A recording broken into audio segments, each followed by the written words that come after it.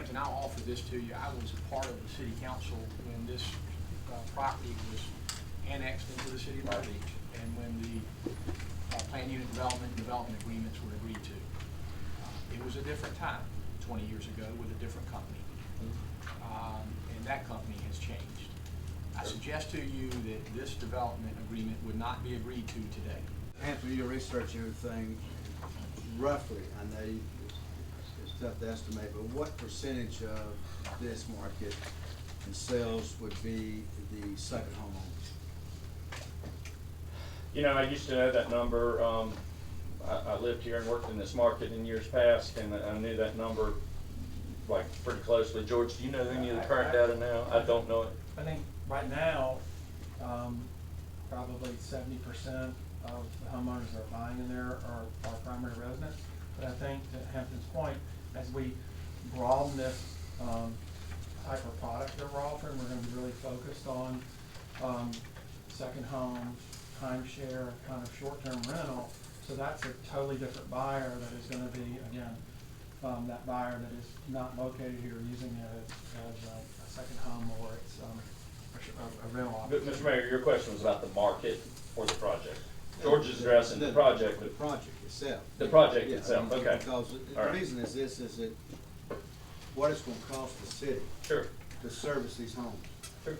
And I've asked Mr. Shelton to come up with a approximate number of what it does cost the city of Myrtle Beach to service a home without tax benefits that we offer for permanent homeowners. It is going to make it very difficult for this city to be able to do this the way it should be done properly. So I'm looking at what percentage Right. of these will be 6%ers rather than the 4%ers. Understood, yeah. I think an important component of that is the history of what's been offered in product type. When you look at the data of today, like how many of our buyers are second home buyers versus primary residents today, I think you're going to see a dramatic change in it.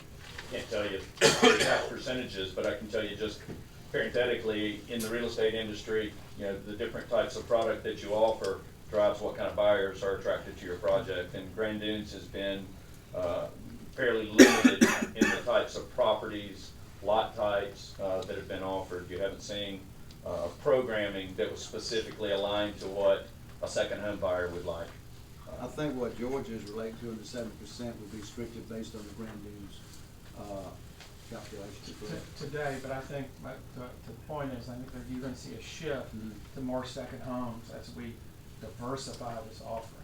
You're going to see more and more of that. And what I'm looking at is as the city has to walk arm in arm with L-Star on this project, is looking at L-Star, what can they look at doing to help the city overcome some of these costs and what their participation will be. Right. Well, I think driving and activating Highway 17 is going to be the key to unlocking commercial, along with adding some rooftops on that side of the waterway.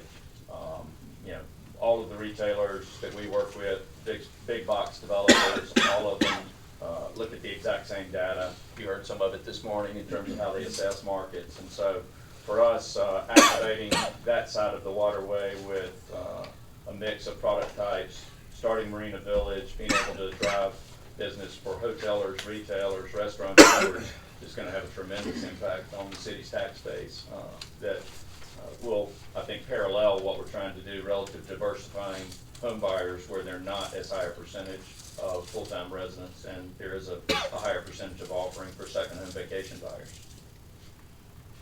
Could we, at some point in time, you're pretty specific on the number of ARUs. Is there a way to sort of get a handle on how much of the acreage will be retail as opposed to single-family homes that are going to cost us money? Sure. So basically, we need to have the retail to offset. I'm not hearing specificity about retail like we are about the ARUs. Well, the retail calculations are always changing, but we'd be happy to do that. Be happy to provide you where we are today and what we see and what we envision based on the areas that we have set aside for that. So yeah, it's not provided in here, but I'm sure we can. That's real important.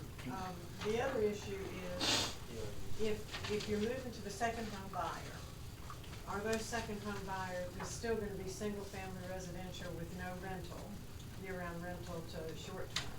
Is that what you're thinking these homes are gonna be? Yeah, so, again, it's a very large project, and part of our strategy is to have broad diversification, so there's not one answer to that. There'll be different programming. Well, let's take the development going in around the Y and along the waterway. Correct.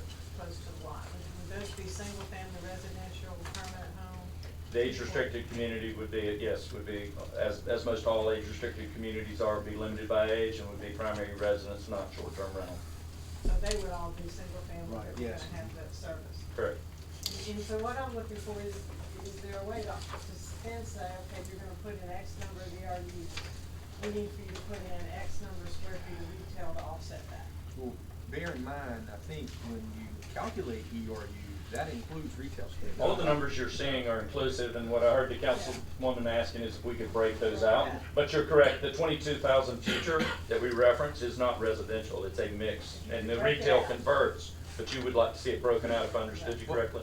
Yeah, what would be important, as she just said, I'm sorry, is a breakout of retail square footage, and then when you look at residential, a breakout of, if you can best, what you offer, given the market conditions today, what would be single family versus what would include a non-single family product. And I would imagine as you get closer to the Marina Village, that's gonna be, as dense as you're looking at that, gonna be offering more of primary and secondary homes or investment homes, and maybe having some vacation rental as part of that, because of that synergy around that retail component. Yeah, I think most mixed-use centers thrive on the activation of all of those asset classes and all of those types of housing, whether it be rental, timeshare, condos, or ownership. And so we would expect that. But it, I'm sorry, Mary. yeah, happy to provide a snapshot of where our current thinking is. And to the mayor's point, as much as you can help us make that balance, so that current residents in the city of Myrtle Beach are not subsidizing your new residents in Yeah. terms of providing services. Sure, and we understand that desire.